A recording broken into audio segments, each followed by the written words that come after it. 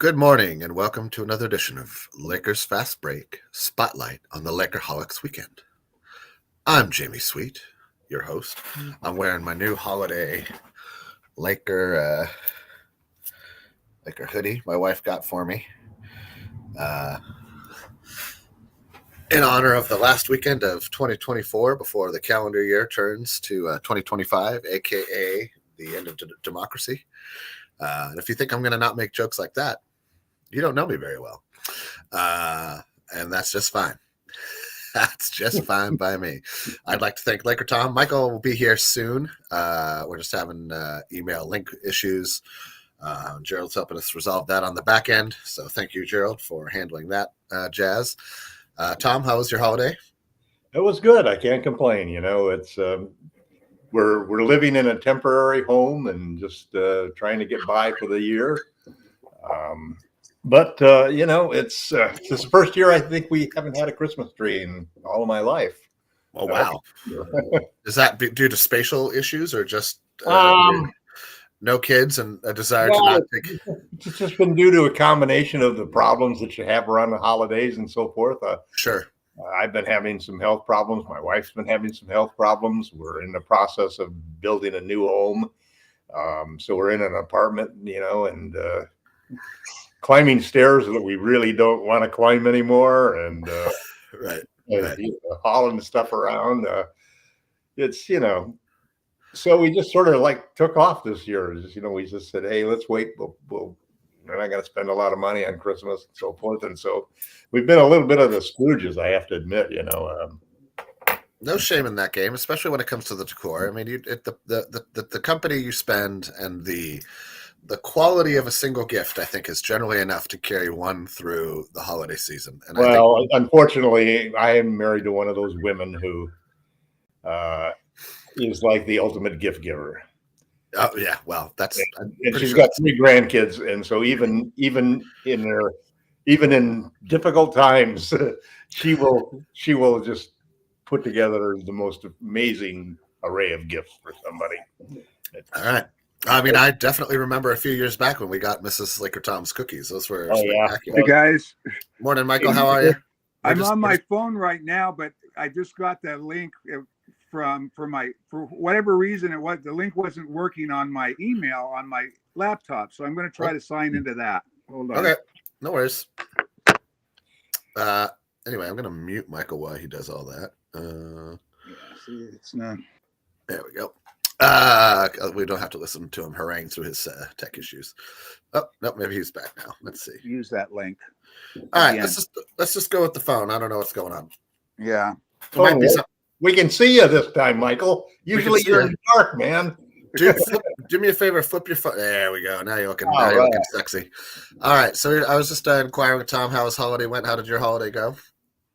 Yeah, uneventful, kind of quiet. All right. Mine was nothing big. Okay. Mine was we hosted my family, my sister, her boyfriend Oz, at our house for the first time in Christmas morning, and then we went to my aunt and uncle's a couple miles away and did Christmas evening there, and then we were home by 9:30, 10 o'clock, probably in bed by 11. And here we are. Well, you didn't talk about the most important thing that happened on Christmas Day. Oh, well, we'll get to that. Don't worry.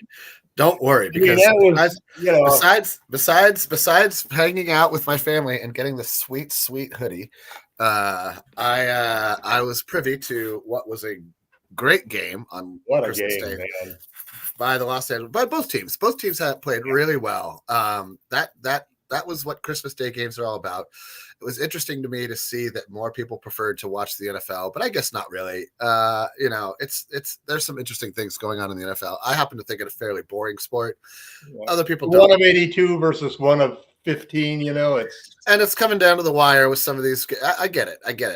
But if you missed that Christmas Day game between the Warriors and the Lakers, you missed a classic. You saw everything you would want to see. Great game by LeBron. Great game by Steph. Overall team play. Watch it live? Did you watch it live? I watched the end of the third quarter, fourth quarter live. I was off and on just due to like how the timing of everything I worked know out. it's very difficult during It's- Christmas to open And presents. you can't tell your beloved aunt who's supposed to be like, can we just put everything off for like 2 hours? Is 2 hours a lot to ask?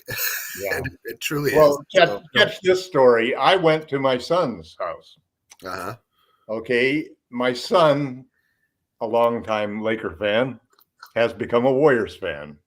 Well, we And can it's put a hit out indoctrinated on him if you want. 2 granddaughters into being Warriors fans. Oh We've man, been able to save my grandson as a Laker fan. They're both gambling.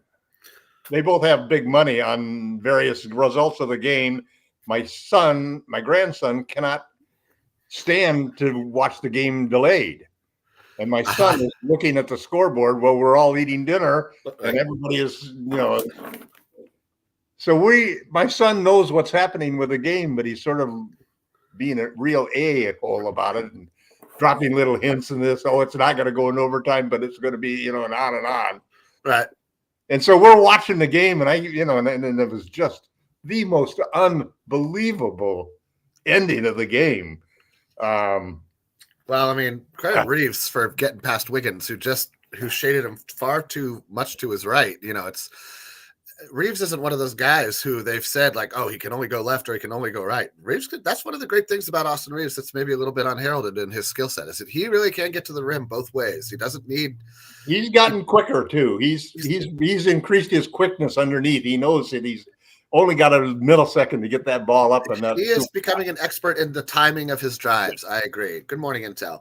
The other thing that game had that I thought was just absolutely amazing was a double player takedown by Draymond Green that to this day I still think should have been called a flagrant one because technical. That's a technical foul on top. He should have been ejected. Had he dislocated one of the shoulders of either Dalton Connect or Rui Hachimura, this entire game would be looked at through a very different lens. That stuff is great when you're playing like an all-pro. When you're on the downside of your career and you're not playing like an all-pro anymore, all of a sudden the silliness of that really comes out, and the absurdness of it becomes. Yeah, but he's been doing that his whole career. Yeah, it's not that he's gotten old, No, but he's usually back in the past. He's been able to back it up by being a really elite player. This year, he's just good. I mean, the thing about that foul was amazing. Like, they don't cross arm. It's illegal. So if you're not aware, the two guys who are guarding one guy on the other side of the free throw line, they're not allowed to lock arms, rugby style, and prevent you from getting to the rim. They have to keep their arms. Their arms can touch, but they can't. Arm bar you. So the first thing they say on the replay is that, well, the other guys are not allowed to lock up. Oh, well, they're not locking arms. Like, nobody locked any arms. You see Draymond go like this. Ah! And I'm just like, you really could have pulled somebody's shoulder out of it. He really could have seriously hurt somebody. And that was so. The fact that it wasn't called a flagrant one is still mind-boggling to me. The fact that they're like, oh, everybody's fine, let Draymond be Draymond. That's one of the reasons I think that people are turned off to the NBA a little bit, is because there is an exceptionalism that you maybe only see with the Kansas City Chiefs in NFL football. In terms of like weird penalties getting called at just the right time, in order for the outcome to be assured. And so, other than the Chiefs, I can't really think of. I mean, everybody gets refereed fairly. I feel like in the NFL. I mean, there's only 20 of them on the field, so it's hard for me to believe they can miss a call. But they allow some players, Draymond. Sure. Just to go too far. I mean, it's ridiculous. Yeah, I mean, Darren brings up a good point about Austin Reeves. So let's talk about the game-winning play. I really was surprised Reeves was able to get that loose. He's gotten quicker. He got the shot. But Wiggins is no slow. Now he figured out what he's got to do. Wiggins isn't slow. And they were focused on LeBron also. They were focused on LeBron. They were shading towards LeBron. No rim protection, because the rim protection didn't want to give that pass up to LeBron. Well, because we went small with Rui at the 5, there was no rim protection. Looney only played, I think, 12 minutes for the entire game, maybe even fewer than that. I can't remember. He barely played, and that was, I thought, a miscalculation on Kerr's part because we had nobody. Koloko was throwing it backcourt. the Warriors like to play that size. They believe in that small ball game, but in that instance, I think you give up because a 2 can beat you. In that instance, you're not. It's not like they were up 2 and we had to hit a 3 to win the game, right? It was tied. Well, it was an illegal screen by Draymond, a two-handed moving screen. He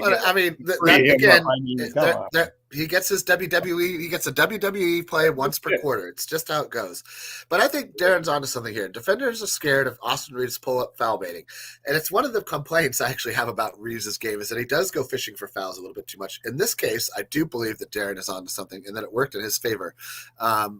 It's one of those things that drives me mad when I watch Austin Reeves play is when he goes up for a shot. Foul baiting gravity. And then, a new term. That's really good. That's really good though. When you think I hate it when guys go up for a shot and somehow their arms ends up over here and their legs off at another angle and suddenly they're at this. Well, did you see that 4-point shot? That 4-point shot was basically, I thought that was an offensive foul.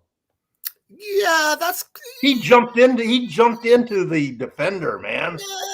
Yeah, he did. But it was one of those arms and legs akimbo type of shots, And another thing that made that last play work too, that I forgot the woman that was announced. She kind of pointed it out as well. Yeah, was Rui bumped off the help side defender. Yes. So he was late getting there. Yeah. So. No, it was another reason why Kuminga basically should have protected the rim in that play. Yeah, but that's not his. He's not elite at that. He's not. That's something he still needs to work on. But he didn't even get to the front side of the rim. No, because of Rui. I think Rui kind of bumped him off. That's a good observation, Michael. And I think ultimately this is one of those moments where I do want to give JJ Redick a little bit of credit. That's a design play.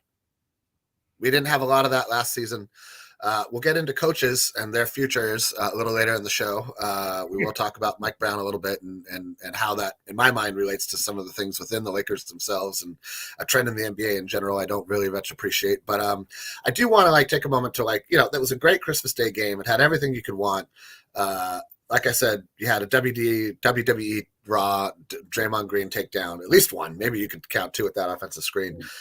Some great shot making from LeBron, some great shot making from Steph Curry. That little side shot from the corner to tie the game was just one of the more ridiculous shots I've already seen this year. It was just a great game all around, and I thought that everybody on the Lakers played well. I have a problem starting to have. I like the development goal. And granted, there's not a lot of options when it comes to centers, and so Christian Koloko is basically being pressed into active game duty on a game-to-game basis. It's very hit or miss for me. I understand the potential. I think he would be better served if we were all healthy, playing more consistently at the G League and getting reps and developing basic skills at the G League level, because he makes a lot of fundamental errors. Outlet pass fundamental errors are common. And just rushing. I think a lot of it is rushing. And that's to be expected. He hasn't played in over a year. This is his first game back since a serious medical issue forced him to shut it down on the Raptors over a year ago. And so it's just one of those things that we don't have a great option after AD. And when AD went down with the ankle, there were even fewer options. There was a huge gap of minutes. You can't ask LeBron to play the 5 for 48 minutes. Really can't play the 5 for 48 minutes. We were lucky that we were playing the Warriors, man. We were lucky that we played the Warriors. Yeah, they were the right matchup for that situation because they played small anyway. Yep. Yeah, they definitely play small anyway. And I like some people. I mean, who else when we took AD out wouldn't have gone big against us, Everybody. Every other team, maybe not. Houston even has legit set of shooters with skill. So yeah, everybody, literally everybody. Maybe not Dallas because they could play Washington. Anyway, point being is I thought everybody stepped up and played great. I don't mind Rui at the 5 in the right matchups. Some people have a problem with Rui at the 5. They don't think he's built for it. I do think he's built for it because of his weight, because of his center of gravity. He can hold his own against a guy Draymond Green-esque size, or somebody who's not trying to overpower you like Embiid. He had, once Jokic figured out how to spin off that pressure, that trick that Ham deployed for 2 or 3 games 2 years ago went away. I'm not saying anything about Rui being able to guard Joker. When you're playing a small ball lineup, Rui at the 5 is an option, and I think he's a better option than Koloko. because he's an Well, offensive threat. the thing about Coloco that I've noticed is that sometimes he's not in the right spots and so forth, but he still constantly makes good plays. He gets rebounds, he gets blocks, he contests shots, and he always, almost every single game, he comes out with a positive plus minus. Well, he's on the floor for very limited controlled bursts. Michael, your thoughts on Coloco? Well, I just think he needs more seasoning. I mean, he missed an entire year last year, and his rookie year, let's not forget. I mean, he got some starts because of injuries, but he only played about 15 minutes a game in his rookie year. He just needs more experience, I think. I tend to agree. But we don't really have a lot of options right now. Zero. As far as Rui at the center, he did a really, really good job against Sabonis. I mean, JJ called him out for how, the job he did. And that's why he felt comfortable playing him against Detroit. But Detroit has that big, huge, really, really strong, was it Duran, his name is? He's more of a handful than Sabonis around inside, So it's definitely okay in some situations, but we really need to get some guys back, and I mean, the problem is with the guys we've got coming back aren't going to be guys who are going to fill either of the two potential center roles that we have or need. I disagree. Going to start, and neither one of them really are a rim protector to be able to protect that rim. So we've got to, at least in the least case, get a backup rim protector for when AD sits. And in an ideal case, it'd be nice to have a guy who could also play along with AD against certain matchups. I don't know about that. I think that Hayes is he's serviceable. He's like Coloco. He's about as good as Coloco. He's improved dramatically, and he's a good pick and roll scorer and dunker, but he doesn't protect the rim. It's almost a million. No, I mean both Coloco and Hayes are kind of foul prone. One of the things that stood out to me from the game on Christmas was how Dalton Connect came back, showed up for Christmas. He opened the gift of his jump shot returning on Christmas Day. Except his three, he has to get his three back. I mean, I know he was 1 for 5 on 3, but he was aggressive off the dribble, which I didn't mind seeing, and he had some offensive rebounds, which I always like. He's an active for a rookie. He's active around the rim when it comes to rebounding, and I appreciate that. Reeves, I had a thought on that, Jamie. Sure, that his mid range might help his three because he's taking people off into the paint, hitting that mid range. They're going to have right now they're crowding him. Yeah. But if he does that enough, they're going to have to start respecting his ability to do that, which may give him a little bit more space on his three to get a good look off. Yeah. I mean, let's be honest. Reeves is outside of that. If he doesn't hit that game winner, you look at Reeves and say, well, this guy had a bad game, and that's why we lost. He was 8 for 20, 4 of 10 from 3, which isn't terrible. But before that game winner, he was 7 for 19, and that's looking 8 for 20 looks a lot better when that game. At least he didn't turn it over 6 times, so No, yes, that is true. He did not turn it over. In general, our turnovers were pretty good that game. Right. I think we did not have double-digit turnovers. Yeah, we only had 9. You want to hear something on the turnovers though? Please. We had 5 turnovers through the first 3 quarters. We were completely controlling the game. Yep. We had 4 turnovers in the fourth quarter, along with 3 offensive rebounds that led to 8 points. No, we basically kept them in the game ourselves. That was their comeback, right? They upped their energy in the fourth quarter, and we didn't match it. Right. Which is an issue. You have to look at the fact that what we were missing. You're missing AD wasn't there. You're missing AD. Yeah. And there was constant pressure. And we get off to these lead. We couldn't get that lead past 10 or 11, and there was constant pressure. And I was really impressed with how multiple people at various times came up with big plays. It was a complete team effort. It was a great team effort. And, whether it was Christie hitting a 3 at a critical moment, or D'Lo hitting or Reeves hitting a 3, or getting inside and doing some of his fancy drives and stuff. He's really frustrated. When Reeves Reeves is the kind of player that, man, you hated to guard when you played basketball because he's just constantly moving around, and he just wears you out. You know, it's like Steph. Those kinds of guys are just enough to drive you crazy. You know, you'd much rather get a guy who likes to stay in the corner and wait for his 3-point shot, you know, and just have to think about, do I help off of this guy this much or not, and so forth. But man, let's not forget D'Angelo Russell was out on Christmas Day as well with that sprained thumb, and I haven't heard if he's back yet. I think he's still questionable, and I haven't heard that anybody is probable. I heard he's okay. Probable. Or sorry, thank you. Probable, questionable, probable. What's the difference? It's like, well, LeBron's been questionable every game this year. Probably allows that. Yeah, you know, well, LeBron got to LeBron, be some violation of league protocol. No, you have to list them as being questioned. You have to give an update at the proper time, and then it's all bets are off. But you have to like kind of give people, oh well. Basically, you have to let Vegas you're questionable every day, but you play. Yeah, that's just to let Vegas odds makers have a shot at making money. All right. So one of the other bright spots of the game, even though he didn't make a lot of shots, I'm really coming around. He made clutch shots, but he didn't have a great efficiency night for him, and he's been pretty efficient all season. Max Christie's, I'm not going to say I am sold on him being a starter full time. I think he is making the most of this opportunity, which is exactly what you should do as a young player. And it's one of the complaints I often have about young players on the Lakers, especially in preseason, early in the season. You see a young player come in and they just kind of loaf around. They're not like given like max. It doesn't to me look like they're giving max effort. And then they wonder why they're not playing later in the season. I'm like, well, when you had a chance, you kind of like took it easy. And you don't get a lot of chances in the NBA. You need to make the most of what you have. And I feel like Max Christie, for a guy who didn't play a lot under Darvin Ham, who I wouldn't say was in the doghouse, but just didn't have much of a role on that team, has found a nice role on the JJ Redick team and is, I think, doing okay. I definitely still see him as more of a off the bench guy. There are several players I would play in front of him. We're starting 3 off the bench guys. That's our problem. Reeves is. He's a 6th man on a championship team.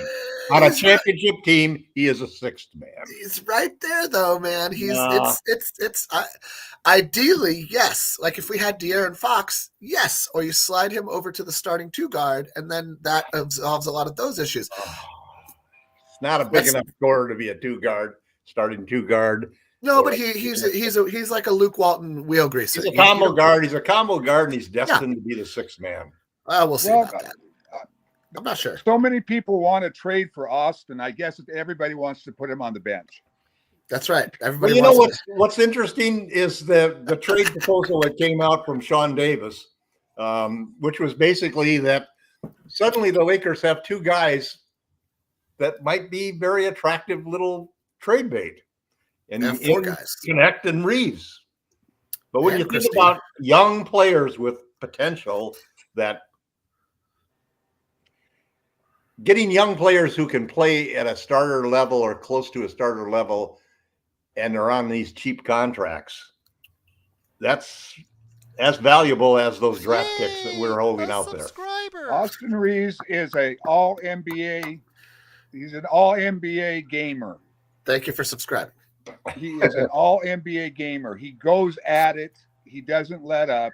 Yeah, that's what he's got that dog in him, right? Boundless energy. He's somebody that you really want on your team. And would you trade Reeves and Connect for De'Aaron Fox? Yes. Yeah, yes. That's for sure. Frankly, here's the deal with that whole deal is he's not getting traded this year. No, he's not. They just fired the coach for him. Fired the coach for him. He's in the same spot that AD was in. He's in the exact same. If you guys want to see a coach, fire himself.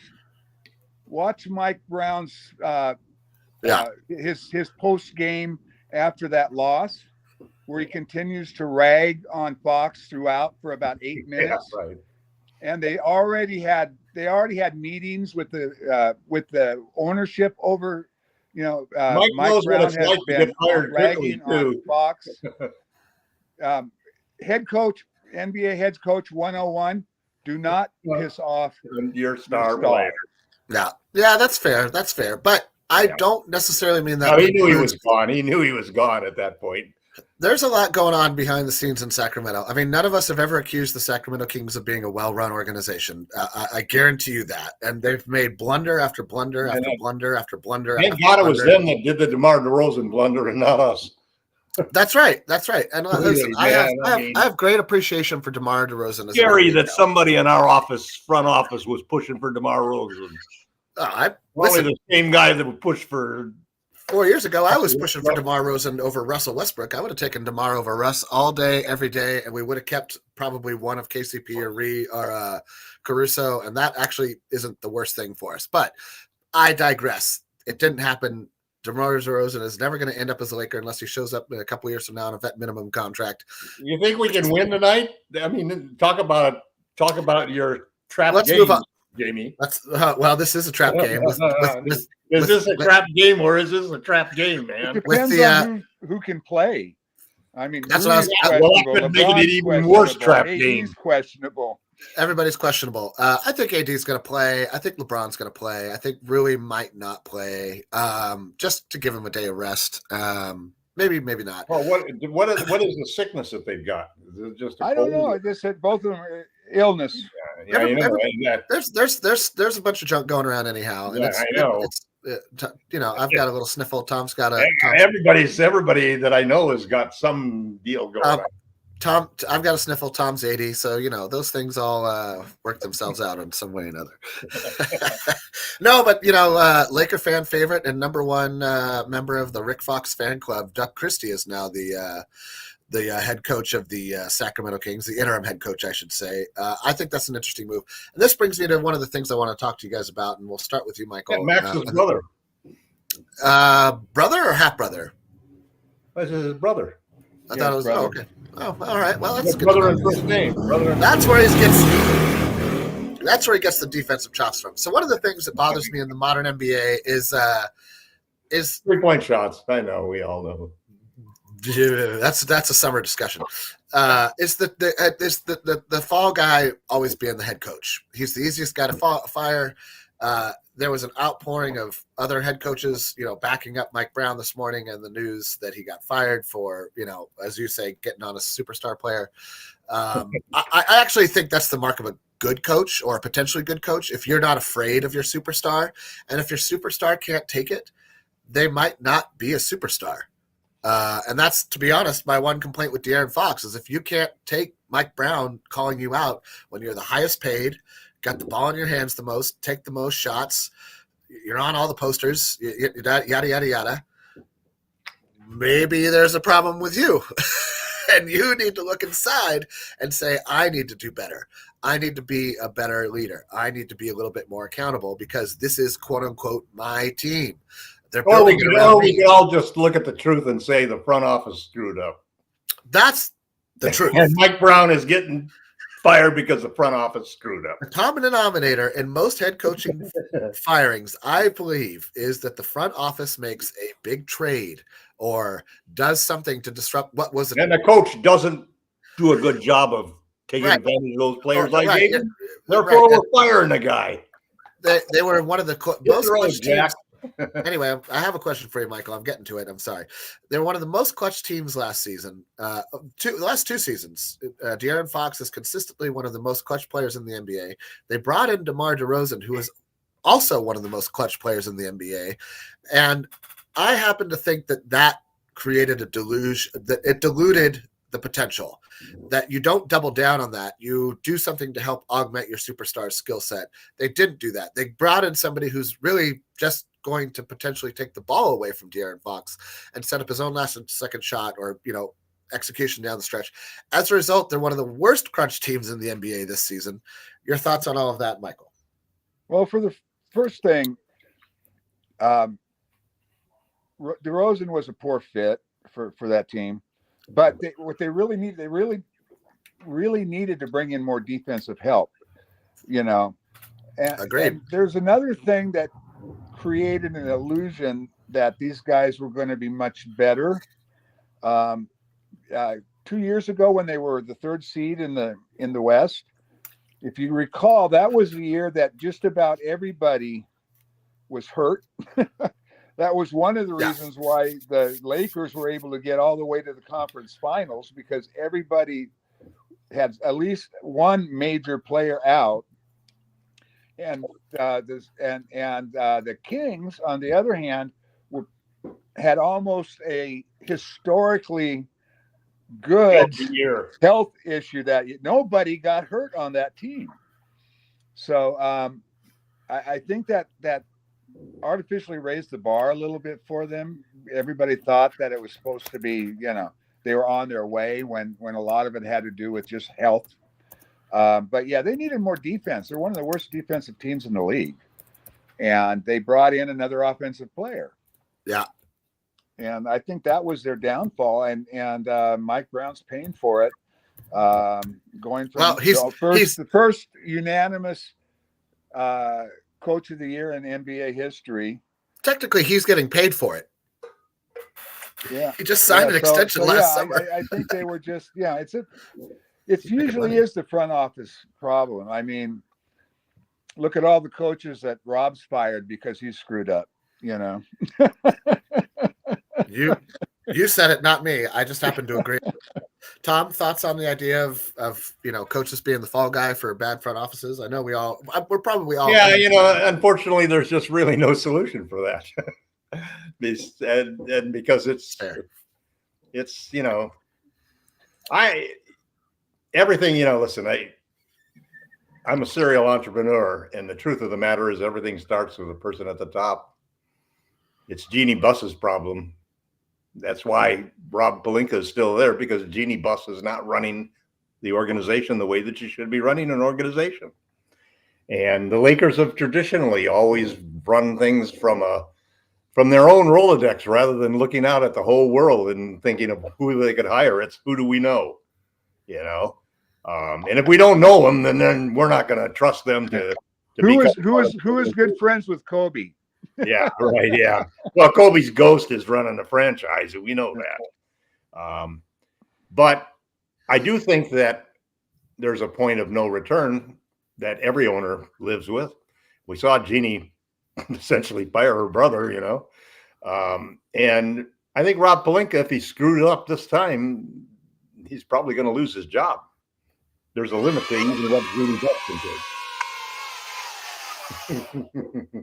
I just found the react button. I'm like, if Tom's going to talk about Rob getting fired, I'm going to give that a hooray.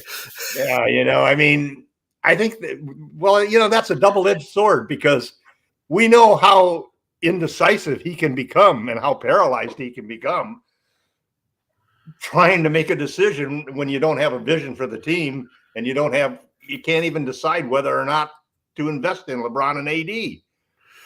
You don't know what you're going to do about LeBron's successor. And so you go through all of this stuff, and then you're thinking that you're on this pressure cooker that if you screw up, you're going to lose your job. He could damn well just say, we're not going to do anything until summer, Yeah, but no, that's bad. That's bad. That's just kind of, that's bad poker. Nobody. But listen, to be honest with you, I don't expect to be happy with what Rob does. Listen, I haven't been happy with it for 3 years, Perhaps a lot of this though too is this is the new NBA. It's not easy to do anything anymore. Yeah, bullshit. It is. Look at what the Suns have gone out there. Look at what the Suns have done and the Celtics have done. One trade since the summer, Tom. One trade, and the Celtics did all their stuff before the new CBA. But every time there's a new name that comes up, there are teams that are seriously interested. You hear that somebody is seriously. Every time I've heard that the Suns are seriously interested in somebody, there were actual discussions and several times trades.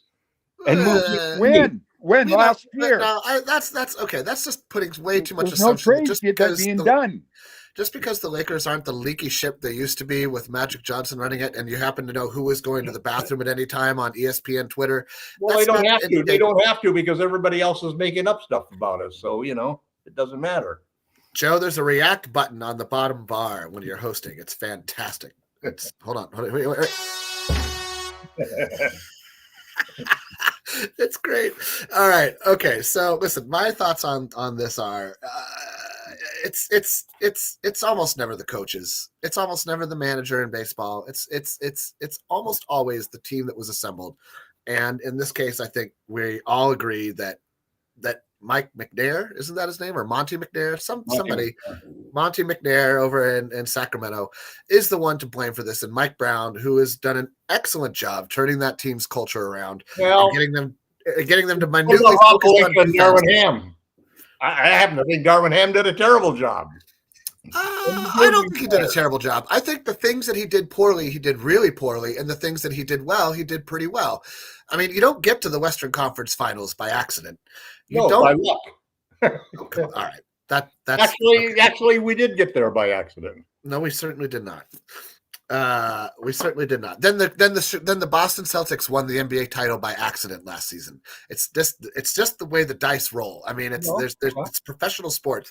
Not everybody is healthy all the time. Not everybody is available when you want them to be available all the time. No, it's just how it works. In fact, if you took most of the teams in the league, if you took the top 15 teams in the league, and one of them could be totally healthy, they probably would have a good chance of being in the finals. Joe, I don't know how we didn't know about this, but it's right there. It just says react on the bottom. I don't know what to tell you. Anyway, all right. Next thing. Today's game, I'm calling the Lakers to win. Tom? I think we're going to crush them. Okay. Oh, crush them. I think it's going to be a squeaker. I think it's going to be close. I think it's going to be. Fox is going to drop fifth. He's going to drop. The Kings are going to fold. The Kings are going to fold like a Michael. Michael. I hate to make a prediction when I don't know who the hell's playing. Yeah, I know. Part of the prediction. That's part of the Lakers too. Is Sabonis going to play? He's been sick also. So who knows? If we have enough healthy bodies, we'll win. If we're without LeBron and Rui and AD, we'll lose. Let's put it that way. Well, yeah. I think that's fair. All right, next thing up. Let's talk trades. Mute Tom now. I happen to think, I don't know how that got on there. I happen to think the Lakers have enough to get De'Aaron Fox. I don't think the Kings are going to let him potentially walk for nothing. And I think the next month is going to be determinant for several teams in the association, not just the Kings. I think you're going to see Indiana and the Kings really have moments of where are we at. Indiana and the Kings are both two teams that have vastly underperformed from last season. As always, Portland and their never-ending fire sale, Brooklyn and their never-ending fire sale. These teams are on the Washington, never-ending fire sale. All these teams have players somebody may or may not want. But if you're looking to acquire a superstar level talent for what the Lakers can actually offer, I don't think you have any other place to look other than Sacramento, maybe Indiana. I have a hard time seeing them move on from Miles Turner this season. But it's the money issue, though. They've got a lot of young players that have got to get big. Well, this is why I bring up Miles Turner, because I do think that Miles Turner, for the money, is probably the best player you could put next to Anthony Davis. There are probably better players, but for what it would cost to get Miles Turner, I don't think we're going to get Walker Kessler. I don't think Danny Ainge is going to take anything less than like 3 first-round picks and your mother's kidney to get Walker Kessler. It's just how he does. There's no need for him to give up. There's no need for him to sell low. He's going to try to squeeze the blood from a rock. So you can't really engage. Like if you know that he's just going to be absurd, you can't go down the road of absurdity. I do think there is a chance, though, that if you were to give him both picks and get something back, that you maybe could use that 27 pick by converting it, taking off the protection on that. You just have to give him other stuff to make it worthwhile for him. But when you look at the Fox trades that was proposed by Sean Davis, which is basically 2 unprotected first round picks and 2 unprotected first round pick swaps, plus D'Lo, Dalton, and Austin. That, when you look at the package of young players that we would be giving in Austin and Dalton, that's really a pretty attractive package. Those are 2 players, especially with Reeves's contract and his performance and Connect's potential and his contract. And you got the equivalent of 4 post LeBron James first round draft picks, basically unprotected. I think there's a good chance that the Lakers, that might be the best offer that they get for Fox. Well, this is one of those times. He's a 9 or 10th. He's like 8, 9 or 10th best point guard in the league. He's not a top 5 point guard. I would put him a little higher than 9 or 10. I would say he's like 7 or 8, 6 maybe. But I think I looked up and I see he was 9th on 2 of them and 10th on 1 and 8th on 1. I think he's not on a team that suits his skill set. He's not the number one. He's the number one offensive option, but he's not the number one ball handler. They often let Sabonis run the action from the high post, right. And I think that's to Fox's detriment. I think that he's a better ball player with the ball in his hands. He's not a great off the ball player, and because he's not a great defender, that also. But I mean, I would take De'Aaron Fox over Trae Young. I would take De'Aaron Fox over LaMelo Ball. I would take Fox over Young just because he's got a little more size and he is a better defender than Young, which is not hard. And you could argue that Young is a better ball distributor, and that may or may not be the case. Michael, he is. I mean, the guy averages twice as many assists. Yeah. So Fox is a combo guard assist maker. 5 assists. Yeah, but he's a better bucket getter. He's more in line with a Kobe Bryant type player. You don't need him to make a ton of plays. He's going to get buckets. Michael, your thoughts on the Lakers? The reality, like it's a snowball's chance in hell, right? Like it would basically require Fox demanding a trade mid-season. But he was at the same point with a year left that AD was when they pulled that same trick with Pelicans. Well, unfortunately, we don't know what's in De'Aaron Fox's mind. I mean, I guess they could have a meeting with Rich Paul, but that's against the rules.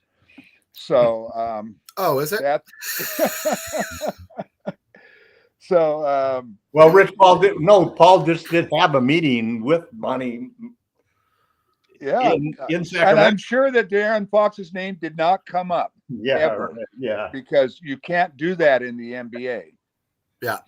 But we'll know a little shortly. Yeah, if he comes out, we can't beat anybody with the trade. Yeah, the teams that would be interested in him, we can't beat. I don't know. Rockets would be interested in him, unless Fox says, "The only place I'm going to resign an extension with is the Lakers." Yeah. If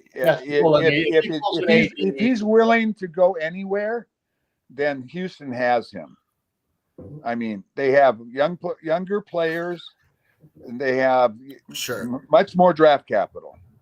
But they already got good guards. They don't need. They're being mentioned as one of the top suitors. I mean, and they've got Fred VanVleet, but he's not De'Aaron Fox. He's rated. He's rated pretty close to him in a lot of those drafts. Pretty good. He's helped take. It's the age difference that is the big differentiator. Yes, that I would agree with. You're building for a future with De'Aaron Fox. You're trying to win now. As who's a better point guard right now? They're not that far apart. But one guy's 35 years old and the other guy's 27. One IV or whatever. I don't know what. I don't know what that. One IV. He has indicated that he is going to opt out after this year. He will not be signing an extension. So I do believe he will be an unrestricted free agent come the summer. But I could be wrong. It could be the following summer, and he's got one more year on that deal. I can't remember off the top. Who's that? No, he's got one. He was not this summer. Fox has one more year after this one. That's a good point. Then One Ivy. I thought he was going to be an unrestricted free agent this summer. That's my bad No. right here. That's my bad right here. So He's just like AD. He has Sacramento 1 more year to go. Sacramento can definitely afford to wait. So I do think it's a long shot. I think it's worth mentioning because we're playing the Kings today. Mike just got fired. Yada yada yada yada. I mean, there's a world where it happens. It's a very distant. So let's look at the second player that I think I agree with you, Jamie, and I don't know. We'll see what Michael thinks, but I think the next guy who would be somebody that I would consider. I wouldn't give up both Connect and Reeves, but Miles Turner to me is such a perfect fit on this team. Yeah, that I would be willing to give up one of those two guys. I would too, because you need to give up something to get something. I don't know if it would be Connect. He just doesn't make enough money. If I was going to give up, and I don't see his fit instantly on the Pacers because of Siakam Siakam. I always forget which one went to New York and which one went to Indiana. Siakam went to Indiana. He's at best going to be like a backup 3. So I don't know that you trade Miles Turner for a backup 3 and cash relief. Maybe you do. Well, you're going to give him draft picks. I mean, that's no, but they're not going to trade him. They're not going to trade him. Well, you don't think? Well, let's see. Indiana's goal is to make the playoffs. Of course, Small markets want to make the playoffs. They don't have any. The thing about Miles Turner is, number one, Thomas Bryant is now your starter if you trade Miles Turner, because they have all of their backups tore their Achilles. So you have Thomas Bryant as your starter if you trade Miles Turner. Yeah, but they're almost tanking this year at this point. They're almost tanking. Not. They're 15 and 17. They're not almost tanking. They're 15 and 17. They're 8th in the East. They have a terrible point differential. They give up a lot. They give up a lot of points, 116.8 a game, compared to our 112. Sorry, our 113.8 a game. I mean, this is the modern NBA. I always think, wow, that's a lot of points, and then I look at everybody and I go, oh, everybody's giving up 110 points a game. 110 is a good defensive rating. It's terrible. It's not good. 110 points a game. That's a good defensive rating. It's absolutely. The 90s basketball is rolling over in its grave right now. Pretty soon there'll be nobody under 100 in the defentive rating. I agree. A couple of guys. The only guys who make it now under 100 are guys who only played a few minutes and happen to, have a good rating during that period. No team only Orlando gives up 103.6 in the East, and OKC leading the pack with 103.5 defensive rating in terms of opponents' points per game. Okay, listen, I think Miles Turner is gettable. I think you're going to have to overpay for all these guys. I don't think you're going to get them for a bargain. I don't think you're going to get them for a deal. And Would you rather have the right guys or a bargain? Well, it depends on the bargain. Find the right guys, pay what you got to do to get the right guys, and you're assured of success. I know you are absolutely not assured of success. Well, you have a better chance, you have a better odds of success by getting the right players and paying what they cost. I don't know. Michael, your thought. Do you even think Miles Turner's – he is an expiring contract. Miles Turner's on a $19,925,000 expiring contract. If the Pacers want to cut salary, they're only going to take an expiring contract back. So now we're not even talking about Connect. We're probably talking about D'Lo and picks. And salary filler to make the money work, because I think D'Lo. Well, no, that would probably work in the trade machine because it's only about $1 million. Mm-hmm. The problem for the Lakers is that they're now sending out more money than they take back in, because I think D'Lo makes a little bit less than that, and so they would have to 18-4. So yeah, they don't have. They actually need to send out one more player to make the trade. D'Lo and JHS. Sure, the legendary trade filler known as Jalen Hood. Well, and you try to stick another guy in there simply so that you can get 2 roster spots opened up. Sure. Yeah. Sure. As far as I'm concerned, first of all, Indiana's not going to trade him. I'm 99% sure of that. Sure. They want to keep their fans engaged and excited. They would, if they traded Miles Turner. I think that they would be, there'd be a riot, especially if they miss the playoffs because of something like that. They're going to miss the playoffs. But they're not going to miss the playoffs. They're going to be in it. They're in the playoff right now. Yeah, they'll be in the play-in. I mean, That's They may fine be for in the small playoffs. markets. Don't care. not every franchise has Lakers expectations. Let's I agree. just put it that way. But Yeah.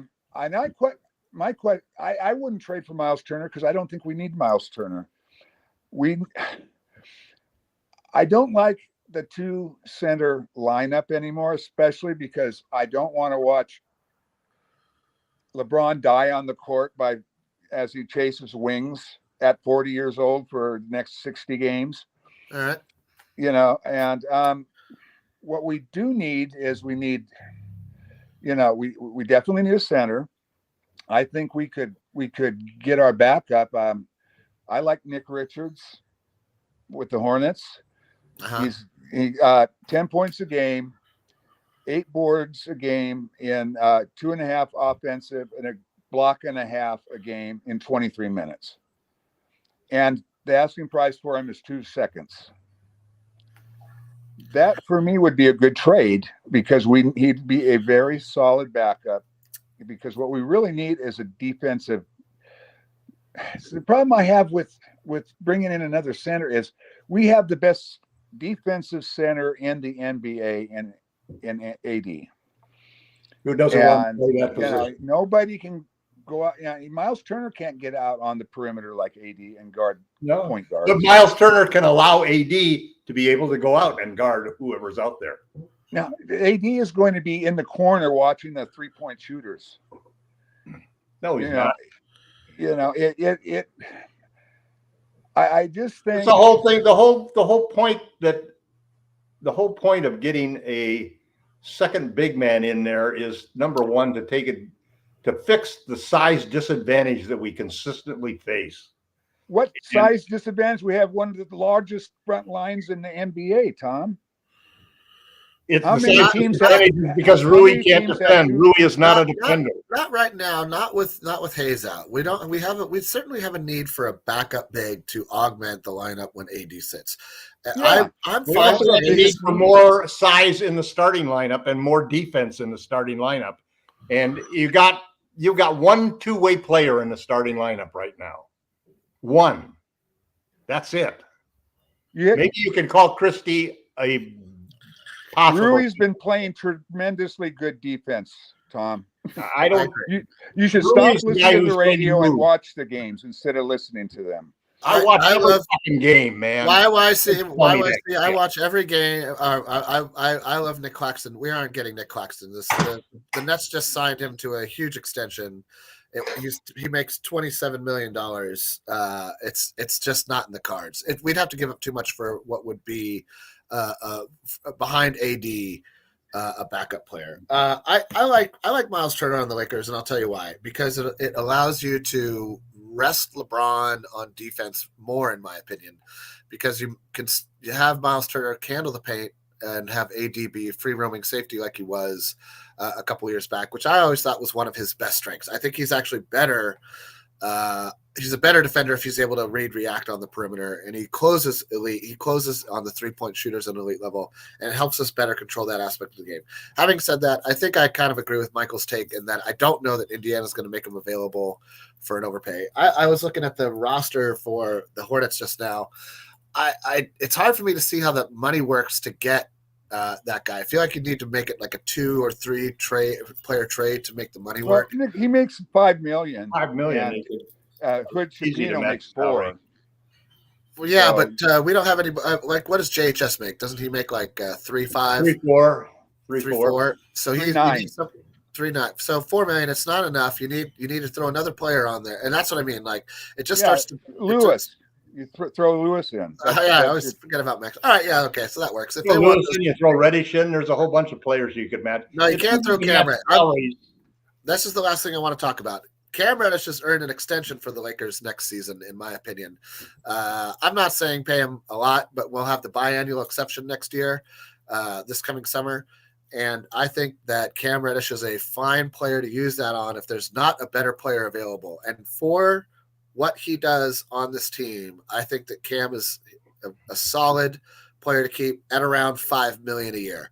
Not much more than that. If somebody wants to pay him more than $5 million a year, great. Enjoy your money. Enjoy whatever happens on that other team. I wish you success against every other team but the Lakers. But I would like to see us. I'm a big fan of continuity, and I know that Cam's not shooting lights out, and that he's prone to making a bonehead maneuver on offense every once in a while.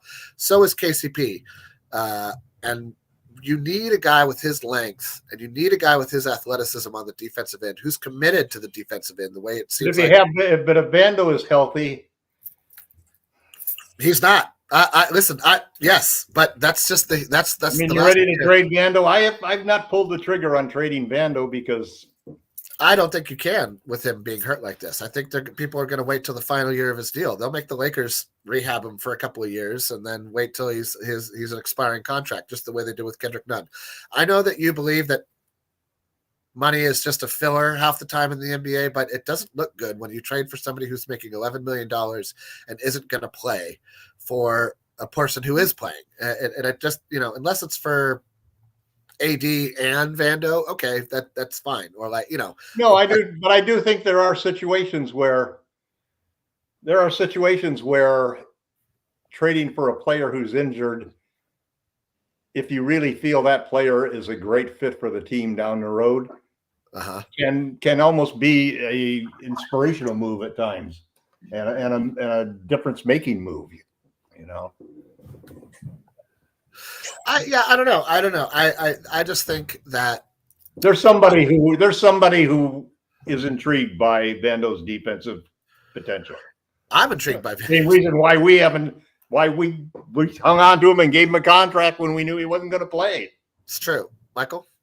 Well, I kind of look at Vando and Wood as as two trades because they haven't played. So when they do come back, that's two found money. They should be and could be found money for us if they come back. If they come back. Even if you're not even talking about trading them, I mean, just getting them back and healthy into the rotation. That's going to really. And they're one of the reason why we lack size, man. I mean, we got 2 6'10" guys there that Jesus, we don't have all year long. Instead, we got 6'3" guys guarding 6'5", 6'8" guys. Yeah. So I mean, that's almost like having making a trade in a way. That's Rob. Are you talking like Rob now there, Michael? It looks like Rob. No, I'm not talking like Rob. What I'm talking but Rob loves that talk, Oh, well, we got a couple of trades coming. We got Vando and Wood. But come on, Tom. That's no, not I know it's true. It is because we're going to get better. I know it's true. I know it's true, and I know they could help if they show up. I never said that. What did I say that they shouldn't make any trades because of that? No. Tom, help the team when they come back. I didn't say you did, but I'm saying that Rob has used that as an excuse before. Tom just gets frustrated when the Lakers don't trade. So, and it happens every year. Kurt Affair has a good point. Vando's had foot. I'll put it back up. Vando's had foot issues since high school. These procedures have probably been a long time coming. Recovery time has been frustrating. This is the point I wanted to make. This is the last thing I want to talk about. How is it that Pablo Banchero is ready to play? And we have guys on our team who have been out for basically a year now. What is wrong with the Lakers training staff? Why is it other training staffs can get guys ready to play? And I know these are different injuries. I'm kind of being a little bit loose with the truth and a little bit, painting with broad brushstrokes and so on and so forth. But I do have we've had turnover for the training staff. Some guys twist an ankle and they're back the next day. Some guys twist an ankle and they're out. It's like out for 2 months. And I it's just one of the things, like, I understand kid gloves to a degree. Like, we don't want to create a reoccurring injury situation. At the same time, it's getting absurd with some of the lengths of recovery time for some of these Laker players. What's worse now is look at the injuries that are happening to players that have never been injured before. It's like, how many players? I have to feel like most, if you look at the rate of our all-star and star players getting injured and missing games, they're going to have a hard time with an MVP contest at some point in time at the rate that we're going through players. That's not a bad point. Games is not going to, you're eliminating a bunch of people already who are going to not make it. Thoughts, Michael? Yeah, I don't know. Sometimes it just feels like the Lakers are not completely upfront with injury really? statuses. You know, I mean, seriously. Oh no, Michael, please. You know, I mean, they're always like, oh yeah, this is this, and we have to expect this.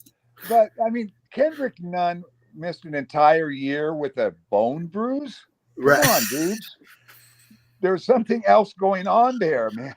And it was You don't miss- possible. It you was don't miss an possible he was entire ready. season with a It was bone possible bruise. that he could have been ready to play in the conference finals. There was rumors that he was possibly going to play. You know, so And a it's year like- later, he still hasn't played. So it's like, you know, I mean, come on. You know, what's really going on with these guys? Tell the truth. You know, I do know with Vando, he had both feet operated on because he had, you know, so that was, yeah. And they're saying he didn't have a setback. It was just the rehab was just taking longer than they anticipated. But then in April, when they say, well, he might be back for the playoffs, we'll know that something more was going on. Yeah, well, that's the problem, and this is the thing. It's not so much that it's frustrating that they don't play. It's frustrating that it's been a year. It's been a year of what if we had this guy, and before that, as you said, Tom, it was with Kendrick Nunn. Over a year with Kendrick Nunn. It was 2 years of what if. Like, we basically signed a guy with our biannual exception, and he never played. And so you look at the resource that's sitting there unused, a wasted resource, when the Lakers are up against it. When 4 it or comes 5 to, of those players on the Yeah. roster, like and you know, it's just a third of the roster is that type of player. where is the LeBron James of feet to look after the rest of these guys? That's what I want to know, Kurt. I want to know the same thing. Anyhow, these are my thoughts. I think we're all picking the Lakers to win. Michael, I don't know are you picking the Lakers to win today, or you think it's going to be close? I'm picking, like I said. I know.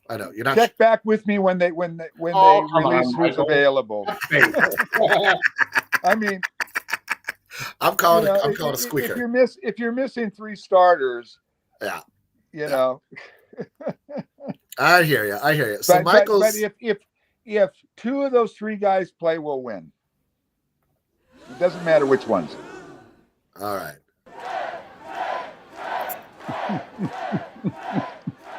All right. Sorry, that's the last of this show. We're gonna D-beam Sacramento tonight. Anyway, all right, we're gonna D-beam Sacramento. Yeah, isn't this the 3rd time we played Sacramento in like 8 days or something ridiculous like that? The schedule This this is year the playoff sweep. it's a weird schedule this season. I don't understand why thank you, Kurt. I just found them and it blew Joe's mind, evidently. There's only a couple of them, and I'm wondering if I can add my own, along with a poll, which would make all of our lives better, Joe. Polls are awesome. Everybody should listen to polls. That's sarcasm if you're not sure of how the sarcasm font works. Anyway, I would like to thank my co-panelists or co-show, whatever the hell we all are. My friends, Michael and Tom. Tom along with Michael Heinrich from Lakerholics.com. Come by Lakerholics.com where you can engage with some lively banter in typed form, or you can record a video of yourself and post it on there. It's all up to you. And of course, I'd like to thank the extended Liquor Fast Break family, Gerald, Joe, Sean, Stone. The list goes on. There's a lot of people. I can't think of them all off the top. Empire Jeff TV, Daniel Barry, the list goes on. You guys are all awesome. Thank you, all of us. Let's have a great. We're going to help the environment we're going to help the environment by not allowing the beam to be lit. I'm pretty sure that runs on solar power, but maybe not. I kind of like the beam. I like the idea of it. I wish we had something cool with that, but more like lightsabers that we all got to walk around LA with when the Lakers win. Here we are. Thanks, Kurt, for the link. Lakerholics.com. Pop by. If it asks you to update your browser on Chrome, just update your browser. It's not spamware. It is just it's something our web designer put in to help people, remind people to update their browsers. And one refresh gets rid of it. It pisses me off too. So at any rate, that's all I'm going to say about that. Thanks everybody. Let's have a nice Saturday and go Lakers.